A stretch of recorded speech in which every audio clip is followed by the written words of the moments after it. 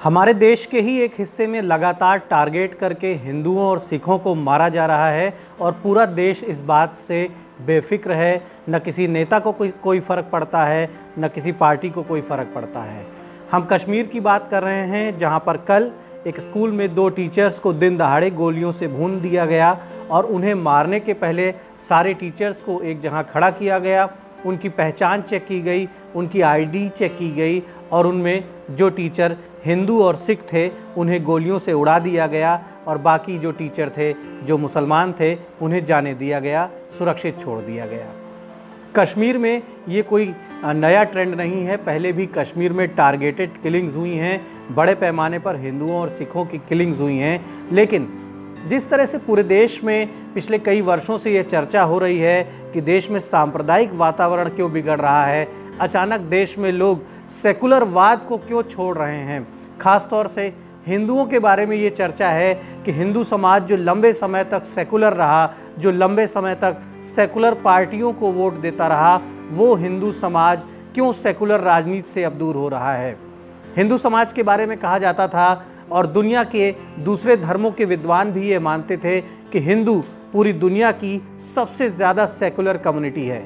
कुछ दिनों पहले जावेद अख्तर, मुंबई के बॉलीवुड के प्रसिद्ध जो गीतकार हैं, साहित्यकार भी हैं, जावेद अख्तर, उन्होंने भी ये बात कही कि हिंदू दुनिया में सर्वाधिक सेकुलर कौम है। लेकिन अगर हिंदुओं का एक हिस्सा धीरे धीरे कम्युनल हो रहा है तो इसकी वजह क्या है? क्यों हिंदू सेकुलरवाद का साथ छोड़ रहे हैं?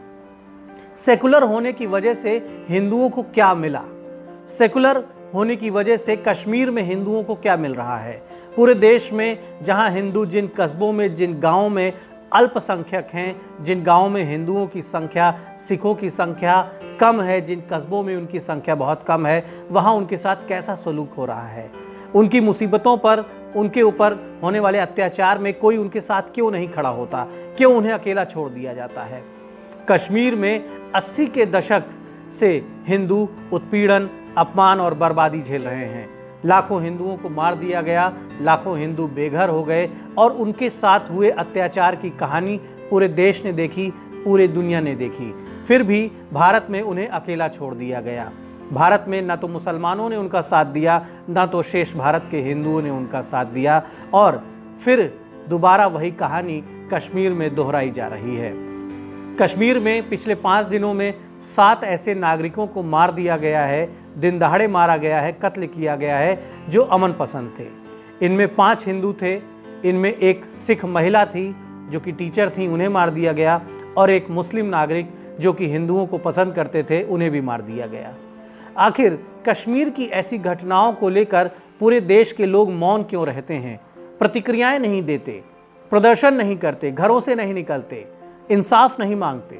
देश में कोई भी और वारदात हो तो बड़ी संख्या में राजनीतिक दलों के लोग और नेता इंसाफ मांगने के लिए दौड़ पड़ते हैं। अच्छी बात है, कहीं भी अत्याचार हो, इंसाफ के लिए आंदोलन होना चाहिए। लखीमपुर में जो घटना हुई, दोनों पक्षों के 8 लोग मारे गए, एक पक्ष के 4 लोग मारे गए जिसमें कुछ किसान और आंदोलनकारी हैं, दूसरे पक्ष के भी 4 लोग मारे गए जिसमें भाजपा कार्यकर्ता, एक पत्रकार और एक नेता का ड्राइवर है। इस घटना को लेकर बड़े पैमाने पर राजनीति हो रही है, मीडिया भी शोर मचा रहा है, विपक्ष भी शोर मचा रहा है, सरकार बड़े बड़े मुआवजों का ऐलान भी कर रही है। 3 राज्यों की सरकारों ने वहां मुआवजे का ऐलान किया है। वहां लगभग 1.5 करोड़ का मुआवजा एक व्यक्ति को मिल रहा है। कश्मीर में हजारों हिंदू मार दिए गए, किसको कितना मुआवजा मिला, किस सरकार ने कितने मुआवजे और कितने मदद की ऐलान की, कितने उच्च स्तरीय जांच के ऐलान हुए, ये कोई नहीं जानता। कश्मीर में पिछले कुछ महीनों के अंदर ही 25 से ज़्यादा हिंदुओं और सिखों की हत्या हुई है, टारगेटेड किलिंग हुई है। लेकिन ये बड़ा मुद्दा नहीं है भारत के विपक्षी दलों के लिए, ये बड़ा मुद्दा नहीं है भारत की सत्ताधारी भारतीय जनता पार्टी के लिए और ये बड़ा मुद्दा नहीं है भारत की सरकार चलाने वाले प्रधानमंत्री नरेंद्र मोदी और गृह मंत्री अमित शाह के लिए भी। अमित शाह भारत के इतिहास के सबसे विफल गृह मंत्रियों की सूची में अपना नाम दर्ज करवाने वाले हैं। मुफ्ती मोहम्मद सईद जब गृह मंत्री देश के थे तो उनके कार्यकाल में कश्मीर में तेजी से आतंकवाद को सुनियोजित रूप से बढ़ावा मिला। उन्हीं के कार्यकाल में उनकी बेटी का संदिग्ध अपहरण हुआ और उसके बदले में कई आतंकवादी छोड़े गए।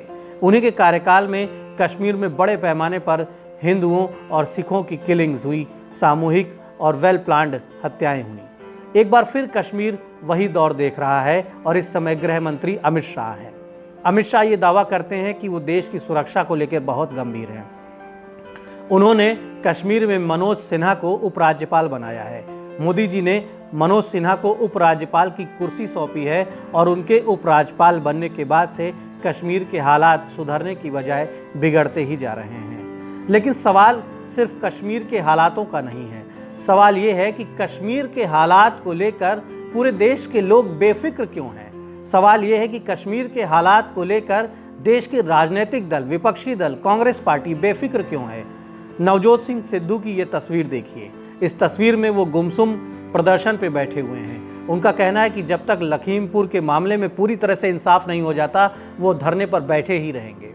सवाल यह है कि सिद्धू साहब, आप कश्मीर के लोगों के लिए धरने पर कब बैठेंगे। कश्मीर में जो किलिंग्स हो रही हैं, जिस तरह से वहाँ पर लोगों की आईडी देखकर, उनकी धार्मिक पहचान देखकर, उन्हें हिंदू और सिख देखकर मारा जा रहा है, उस पर कब आप प्रदर्शन करेंगे। राहुल गांधी और प्रियंका गांधी कश्मीर के पीड़ितों के घर क्यों नहीं जाते। ठीक है, आप लखीमपुर में प्रदर्शन करिए, लखीमपुर के लिए इंसाफ मांगिए, बहुत ज़रूरी है। देश में कहीं भी अत्याचार हो, इंसाफ मांगिए, प्रदर्शन करिए, बवाल करिए, राजनीति करिए। लेकिन कश्मीर के लोगों के जख्मों पर मरहम लगाने के लिए कांग्रेस के नेता क्यों नहीं जाते। अमित शाह गृह मंत्री हैं, वो क्यों नहीं जाते। बीजेपी के नेता क्यों नहीं जाते। वो देश की सरकार चला रहे हैं, कश्मीर की भी सरकार चला रहे हैं। आखिर कश्मीर के पीड़ितों को हम कब तक यूं ही मरने के लिए अकेला छोड़ देंगे। अगर भारत में संविधान का राज है, अगर हम वाकई में ईमानदार हैं, अगर हम वाकई में मानवाधिकारों की चिंता करते हैं, यदि हम वाकई में इंसाफ पसंद हैं, अगर हमारा ईमान अभी भी जिंदा है, तो हमें उसी तरह कश्मीर के लोगों के लिए भी दर्द दिखाना चाहिए, जिस तरह हम भारत के अन्य हिस्सों के लिए पीड़ित लोगों के लिए दर्द जाहिर करते हैं, तकलीफ़ें जाहिर करते हैं और उनकी मदद में खड़े होते हैं। खास तौर पर कश्मीर में जिस तरह से चुन चुन कर हत्याएं हो रही हैं और आतंकवादी दिन दहाड़े हत्याएं कर रहे हैं। वो रात के अंधेरों में हत्याएं नहीं कर रहे हैं, वो दिन दहाड़े अचानक किसी गली से निकल कर आते हैं, हिंदुओं और सिखों को गोलियों से भूनते हैं और फिर वापस उन्हीं गलियों में छिप जाते हैं। ऐसा इसलिए हो रहा है क्योंकि उन्हें लोकल सपोर्ट मिल रहा है। अभी भी कश्मीर की जो बहुसंख्यक मुस्लिम आबादी है, उसका एक बड़ा हिस्सा आतंकवादियों को शेल्टर दे रहा है, सपोर्ट दे रहा है, सूचनाएं दे रहा है। इसीलिए कश्मीर की किसी भी गली में, किसी भी शहर, किसी भी कस्बे में, किसी भी गांव में टेररिस्ट जब चाहें, दहशतगर्द जब चाहें, जिसे चाहें मार देते हैं और मार के आसानी से गायब हो जाते हैं। क्योंकि वहाँ की लोकल जो आवाम है, वो उसका एक बड़ा हिस्सा अभी भी आतंकवादियों को शरण दे रहा है। ये कड़वी सच्चाई है और सभी लोग इस सच्चाई को जानते हैं। लेकिन देश का कोई भी मुस्लिम संगठन कश्मीर के आतंकवादियों की मजम्मत क्यों नहीं करता। देश का कोई भी बड़ा मुस्लिम नेता कश्मीर के आतंकवादियों के खिलाफ क्यों नहीं मजबूती से आवाम को खड़ा करता। कश्मीर के आतंकियों के खिलाफ क्यों नहीं जिहाद की बात होती है। उनके खिलाफ क्यों नहीं बड़े प्रदर्शनों की बात होती है। उनके खिलाफ क्यों नहीं भारत की मुस्लिम आबादी एकजुट होती है कि आखिरकार कश्मीर में जो उनके अल्पसंख्यक हिंदू और सिख हैं, जो बहुत कम संख्या में वहाँ बचे हैं, उनकी जान सुरक्षित रहे। इसके लिए क्यों नहीं मुस्लिम समाज के भाई बंधु प्रदर्शन करते हैं और दबाव बनाते हैं उन संगठनों पर जो कश्मीर में इस्लामिक आतंकवाद को बढ़ावा दे रहे हैं। ये इंसाफ की बात है, ये ईमान की बात है और यही बात उस सच्चाई को बयान करती है। यही बात उस भावना के पीछे छिपी हुई है जो कहीं ना कहीं हिंदुओं को भी परेशान कर रही है, जिसकी वजह से हिंदू आबादी का एक हिस्सा धीरे धीरे सेकुलरवाद का चोला उतार रहा है। अगर हम चाहते हैं कि देश में सभी सेकुलर हों, तो हमें ईमानदार होना पड़ेगा। हमें मज़हब के चश्मे से चीज़ों को नहीं देखना चाहिए, हमें इंसाफ के चश्मे से चीज़ों को देखना चाहिए। यदि हिंदू और सिख कश्मीर में मारे जाते रहेंगे, यदि हिंदू और सिख जिन मोहल्लों में, जिन गाँवों में, जिन कस्बों में अल्पसंख्यक हैं, उनके ऊपर अत्याचार होते रहेंगे, तो वो भी लंबे समय तक सेकुलर नहीं रह पाएंगे। ये कड़वी सच्चाई है और इसे सभी को समझना होगा। यदि हम चाहते हैं कि हमारे साथ इंसाफ हो, तो हमें इस बात के लिए फ़िक्र करनी होगी कि दूसरे के साथ भी नाइंसाफ़ी ना हो। और ये जिम्मेदारी भारत के हिंदुओं और मुसलमानों को ईमानदारी के साथ उठानी पड़ेगी। धन्यवाद।